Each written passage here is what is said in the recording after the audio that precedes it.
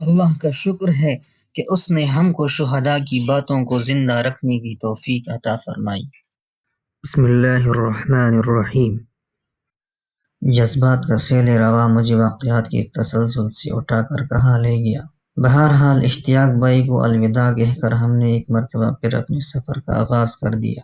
اب ہم پھر 6 ساتھی تھے، جن میں راقم الحروف کے علاوہ فیصل خورشید اور صوبہ سرحد کے ایک طالب محمد طاہر شامل تھے۔ باقی 3 ساتھیوں کے نام مجھے یاد نہیں۔ اب ہمیں چاؤنی سے چلے ہوئے تقریباً 1 گھنٹہ ہو رہا تھا، جبکہ ہم 7:30 بجے چاؤنی سے نکلے تھے۔ مزید کچھ فاصلہ طے کرنے کے بعد ہماری بائیں جانب ذرا فاصلے پر ایک بڑا گیٹ دکھائی دیا، جس پر طالبان کا سفید پرچم لہرا رہا تھا، جبکہ ایک پہرہ دار بھی موجود تھا۔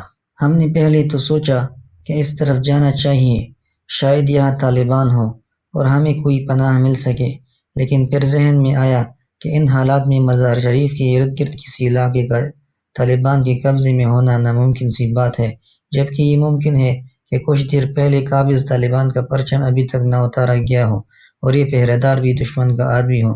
لہٰذا بہتر یہی ہے کہ ہم اس طرف نہ جائیں، بلکہ اپنے آپ کو جلد از جلد مزار شہر سے زیادہ دور نکالنے کی کوشش کریں۔ یہ سوچ کر ہم اپنی متعین کردہ سمت میں آگے بڑھ گئے۔ بعد میں معلوم ہوا کہ وہ گیٹ مزار شریف کے پڑوس میں واقع بلخ شہر کا مرکزی دروازہ تھا، جہاں رات تک دشمن قابض ہو چکا تھا۔ ہمارا یہ سفر ایک پختہ راستے سے ہٹ کر مگر اس کے ساتھ ساتھ چلتے ہوئے طے ہو رہا تھا، کیونکہ اگر اس بیابان میں کوئی نشانی نہ ہو تو انسان کے لیے متعین سمت پر سفر کرنا مشکل ہو جاتا ہے، اور اس طرح صحرا میں بھٹک جانا بعید نہیں۔ ایک اور بات جو میں پہلے ذکر کرنا بھول گیا ہوں، وہ یہ ہے کہ ہم 6 ساتھیوں میں سے 2 ساتھیوں کے پاس ایک کلاشنکوف اور کافی تعداد میں اس کی گولیاں بھی تھی، جن کی گٹھڑی بنا کر میں نے کندھے پر ڈال دی، جبکہ باقی تینوں ساتھی بالکل نہتے تھے، اور اسی وجہ سے وہ ہم سے مزید آگے کچھ فاصلے پر جا رہے تھے۔ چلتے چلتے اچانک ہم تینوں میں سے کسی کی نگاہ پڑی تو وہ راستہ جس کے ساتھ ہم تقریباً 700-800 میٹر کے فاصلے پر سفر کر رہے تھے، اس پر 3 آدمی دور سے آتے ہوئے دکھائی دیے۔ وہ کون تھے؟ اس کا جواب تو ہم میں سے کسی کے پاس نہ تھا، البتہ اتنی بات یقینی تھی کہ وہ بھی ہماری ہی سمت پر چل رہے تھے۔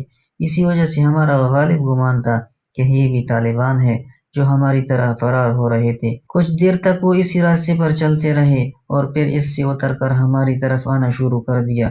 ان کا یہ اقدام ہمارے لیے لمحہ فکریہ بن گیا، کیونکہ ہم اب اس کشمکش میں پڑ گئے کہ اگر یہ واقعی طالب ہے پھر تو ہماری طرف آنے میں کچھ حرج نہیں، لیکن اگر یہ دشمن کے آدمی ہے تو یہ انتہائی خطرے کی بات ہوگی کہ ہم سے مزید قریب ہو جائے۔ یہ سوچ کر ہم نے اپنے قدم آگے بڑھا دیے کہ اگر یہ طلباء ہے تو خود ہی آ جائیں گے، اور اگر دشمن ہے تو ہمیں دور ہی رہنا چاہیے۔ مگر ابھی چند منٹ ہی گزرے تھے کہ انہوں نے دوڑنا شروع کر دیا اور ساتھ ہی چیخ کر اور ہاتھ ہلا کر ہمیں روکنے کے لیے کہا۔ ان کا رخ اب بھی ہماری طرف تھا۔ ہم مزید پریشان ہو گئے کہ اب کیا کیا جائے۔ معلوم بھی نہیں ہو رہا تھا کہ آنے والے دشمن ہیں یا دوست۔ اتفاق کی بات ہے کہ ابھی ہم یہ سوچ رہے تھے کہ اچانک ان کی طرف سے فائر کی آواز آئی اور شو کی آواز کے ساتھ گولی ہمارے اوپر سے گزر گئی۔ مڑ کر دیکھا تو وہ تینوں لیٹ کر فائر پوزیشن میں آ چکے تھے۔ اس ناگہانی آفت سے ہم پریشان بھی ہوئے، لیکن ساتھ ہی اللہ کا شکر ادا کیا کہ انہوں نے جلد بازی سے کام لیتے ہوئے وقت سے پہلے فائر کر کے خود ہی ہمیں خبردار کر دی۔ چنانچہ ہم نے بھی لیٹ کر پوزیشن سنبھال لی تھی، اور اب باقاعدہ طور پر دونوں طرف سے فائرنگ کا تبادلہ شروع ہو گیا۔ دونوں فریقوں کے درمیان کم و بیش 300 میٹر کا فاصلہ تھا، لیکن اس دوران ہم نے ایک تو اس بات کا خاص خیال رکھا کہ ہماری طرف سے زیادہ فائر نہ ہو، کیونکہ ہمارے پاس ایمونیشن محدود مقدار میں تھا، اور اگر ہم یہاں سے صحیح سلامت نکل بھی جاتے پھر بھی آگے جا کر ہمیں نہ جانے کیسے حالات کا سامنا کرنا تھا۔ اس صورتحال کے پیش نظر ہماری طرف سے ایمونیشن کی احتیاط انتہائی ضروری۔ چنانچہ ہماری طرف سے 2-4 فائر ہوتے اور دوسری طرف سے پورا میگزین برسٹ ہوتا۔ یہ بات ہمارے لیے فائدہ مند ثابت ہو سکتی تھی۔ اس موقع پر دوسرا کام ہم نے یہ کیا کہ فائرنگ کے اس تبادلے کے دوران ہم اپنے اور دشمن کے درمیان فاصلہ بڑھاتے رہے۔ وہ اس طرح کہ دشمن ہم پر فائر کر کے وقفہ کرتا تو ہم جوابی فائر کرتے ہوئے مزید 15-20 قدم پیچھے ہٹ جاتے۔ شروع میں تو انہوں نے بھی آگے بڑھنے کی کوشش کی، لیکن ہماری فائرنگ سے انہیں موقع نہ مل سکا۔ مقابلے کا دورانیہ بڑھتا جا رہا تھا اور ساتھ ہی ہماری پریشانی بھی کہ دیکھیے نتیجہ کس کے حق میں نکلتا ہے۔ میرے دونوں ساتھی فائر کرتے رہے اور میں انہیں میگزین میں گولیاں بھر کر دیتا رہا۔ بہرحال کم از کم آدھے گھنٹے تک یہ مقابلہ انتہائی زور و شور کے ساتھ جاری رہا، اور پھر اچانک ہم نے دیکھا کہ وہ تینوں اٹھ کر واپس بھاگنے لگے۔ ان کے پاس ایمونیشن ختم ہو گیا تھا، یا پھر ان کا کوئی ساتھی زخمی ہو گیا تھا۔ یہ صورتحال دیکھ کر ہم نے ان پر چند اور فائر کیے تو وہ اور تیزی سے بھاگنے لگے۔ اللہ تعالیٰ کی مدد و نصرت کا یہ عالم دیکھ کر ہم نے اللہ کا شکر ادا کیا اور آگے چل پڑے۔ وقت گزرنے کے ساتھ ساتھ اب سورج کی تپش میں بھی شدت آ رہی تھی، ساتھ ہی پانی کی طلب جو ہمیں کافی پہلے ہی سے محسوس ہونا شروع ہو گئی تھی، اب وہ بھی بڑھتی جا رہی تھی۔ اس کے علاوہ صحرا میں اب ریگستان شروع ہو گیا تھا، جہاں کی ریتلی زمین دھوپ کی وجہ سے تپ رہی تھی، جبکہ نزدیک تو کجا تا حد نگاہ کسی آبادی، بستی، نہر، درخت وغیرہ کا نام و نشان بھی نہ تھا۔ اس کے باوجود ہم نے اپنا سفر جاری رکھا۔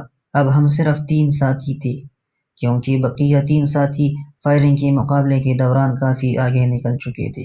اس کے بعد ہمیں کئی مرتبہ تعاقب کا خطرہ محسوس ہوا، لیکن ہم تیزی سے آگے بڑھتے رہے۔ ریگستان میں چلتے چلتے اب ہمارے قدم تک چکے تھے اور پیاس بھی اپنی انتہا کو پہنچ رہی تھی، کیونکہ اس تپتے صحرا میں ہمیں سفر کرتے ہوئے تقریباً 3 گھنٹے گزر چکے تھے، اور اب آہستہ آہستہ ہمیں وہ صورتحال پیش آنے لگی جس کے بارے میں آج تک صرف افسانوں میں پڑھا تھا، کبھی اس کا مشاہدہ نہیں کیا، اور دنیا میں شاید کم ہی لوگ زندہ ہوں گے جنہوں نے اس کا مشاہدہ کیا ہو، کیونکہ اس موقع پر اکثر افراد دم توڑ دیتے ہیں۔ ہمیں سراب نظر آ رہے تھے، ہمیں سراب نظر آ رہے تھے۔ آپ نے پرانے زمانے کے قصوں اور افسانوں میں پڑھا ہوگا کہ جو لوگ ریگستانوں میں اپنے راستے سے بھٹک جاتے ہیں اور ان کے پاس بھوک پیاس بجھانے کے لیے توشہ ختم ہو جاتا ہے تو انہیں ان کی آنکھیں دھوکہ دینا شروع کر دیتی ہے۔ انہیں بار بار ایسا محسوس ہوتا ہے کہ ان کے سامنے نزدیکی پانی کی خوبصورت نہر بہہ رہی ہے اور اس کے آس پاس سرسبز و شاداب باغ ہے۔ پیاس کی شدت سے بے تاب یہ شخص بھاگ کر اس کے پاس پہنچتا ہے، لیکن قریب پہنچ کر اس سے یہ احساس ہوتا ہے کہ میری نظر کا دھوکہ تھا۔ اس طرح بار بار امید و بیم کی بدلتی ہوئی صورتحال اس سے اور نڈال کر دیتی ہے، اور ریگستان وقت سے پہلے ہی اس کی جان لے لیتا ہے۔ ایسی ہی صورتحال ہمیں بھی درپیش تھی۔ پیدل چلنے کی تکن کے ساتھ پیاس کی شدت نے اب ہمیں بالکل نڈال کر دیا تھا۔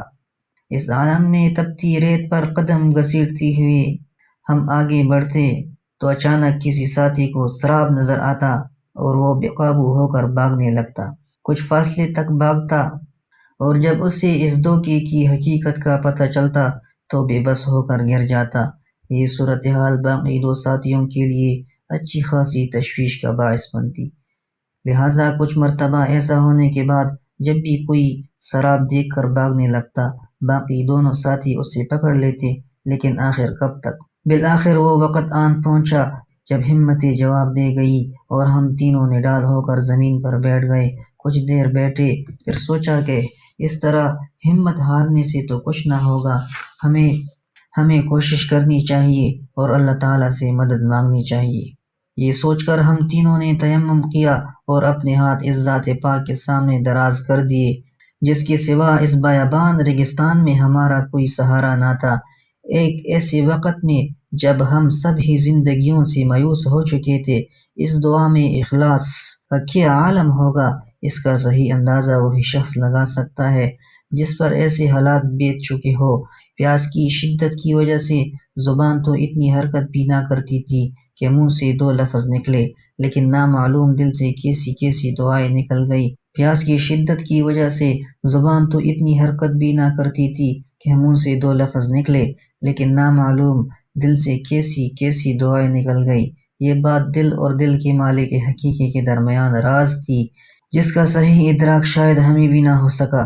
کم از کم 15 منٹ کی اس دعا کے بعد ہم نے ایک مرتبہ پھر ایک دوسرے کی ہمت بندھائی اور آگے کی طرف روانہ ہو گئے۔ مجھے اچھی طرح یاد ہے کہ ابھی ہمیں مزید چلتے ہوئے آدھا گھنٹہ بھی نہ گزر پایا تھا کہ سامنے سے دھند اٹھتی نظر آئی۔ یہ دھند جب تھوڑی قریب آئی تو معلوم ہوا کہ ایک فوجی ٹرک تیزی سے ہماری طرف آ رہا تھا۔ اس صحرا میں یہ ٹرک کیسے آ گیا اور اس میں سوار لوگ کون تھے، ہمیں اس سے غرض نہ تھی، کیونکہ اس وقت تو اگر دشمن بھی سامنے سے آ رہا ہوتا تو یقیناً وہ ہماری حالت پر رحم کھاتا اور کم از کم شہید ہونے سے پہلے 2 بوند پانی تو نصیب ہو جاتا۔ ویسے بھی ہم میں اتنی طاقت کہاں تھی کہ ہم ٹرک میں سوار اس دشمن سے بھاگ کر جان بچاتے، لہٰذا مناسب یہی سمجھا کہ کھڑے ہو کر اس کے قریب آنے کا انتظار کیا جائے۔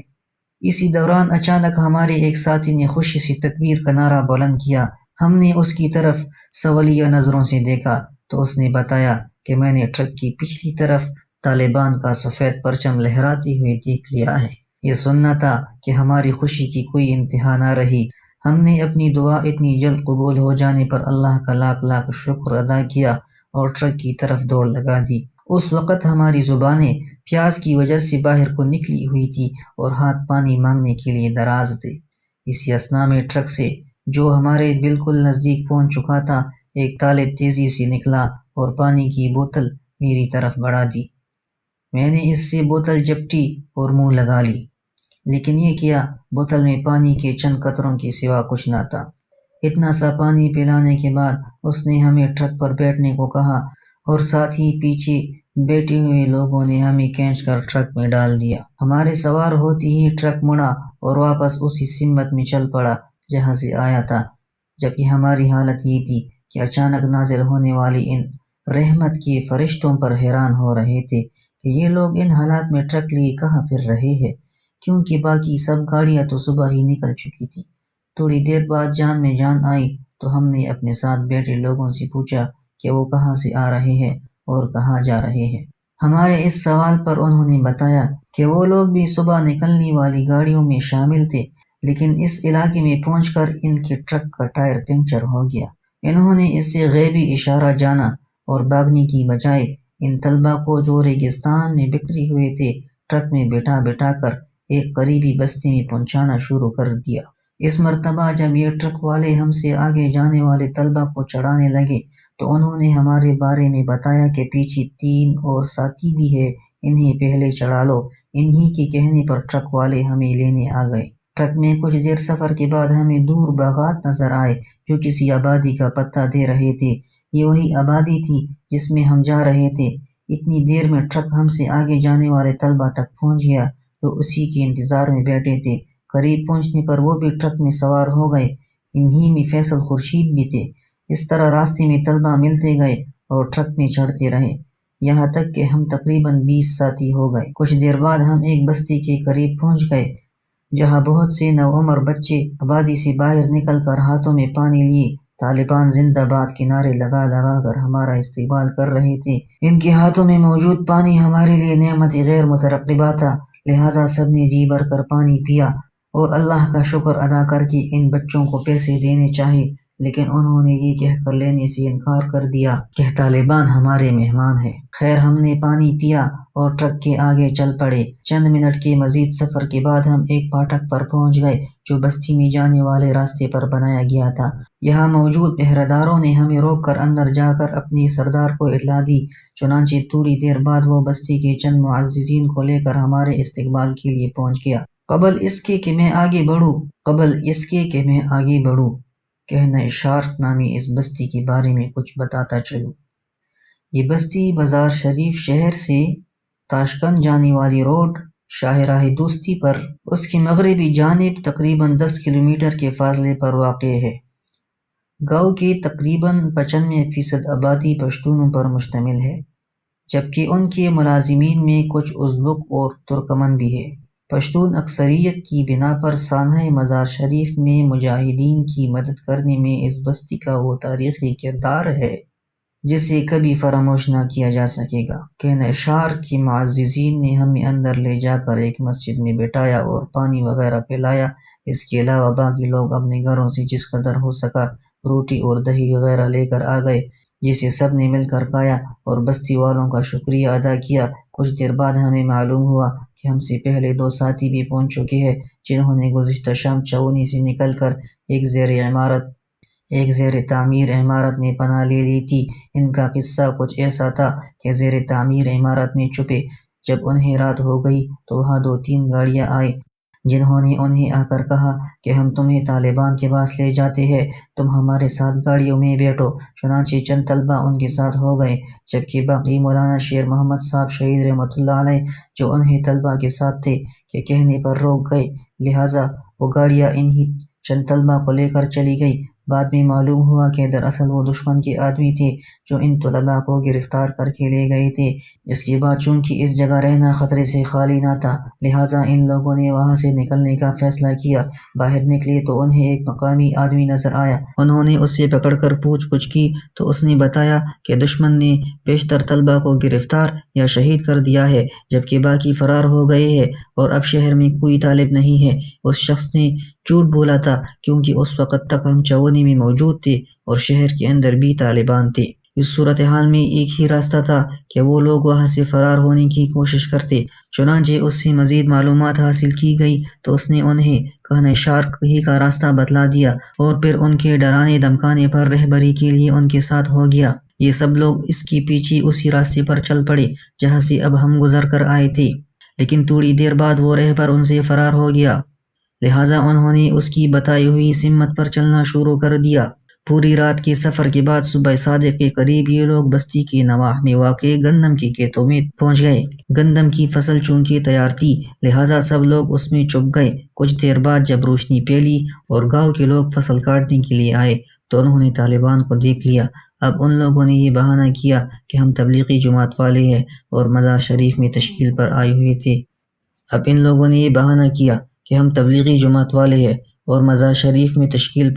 تھے۔ لیکن شہر والوں نے رات کو ہمیں مار کر بھگا دیا، لہٰذا ہم نے یہاں آ کر پناہ لی ہے۔ دوسری طرف گاؤں والوں نے، جنہیں اگرچہ تمام واقعات کی اطلاع ہو چکی تھی، مگر انہوں نے اس کا اظہار نہیں کیا اور طالبان کو یہاں سے بحفاظت نکالنے کا وعدہ بھی کر لیا۔ آج کا ایپیسوڈ یہیں پہ ختم ہوا چاہتا ہے۔ اگلے ایپیسوڈ کے لیے چینل کو سبسکرائب کر کے ساتھ میں گھنٹی کے نشان کو دبائیے تاکہ ہر آنے والی نئی ویڈیو کا نوٹیفیکیشن آپ کو ملتا رہے۔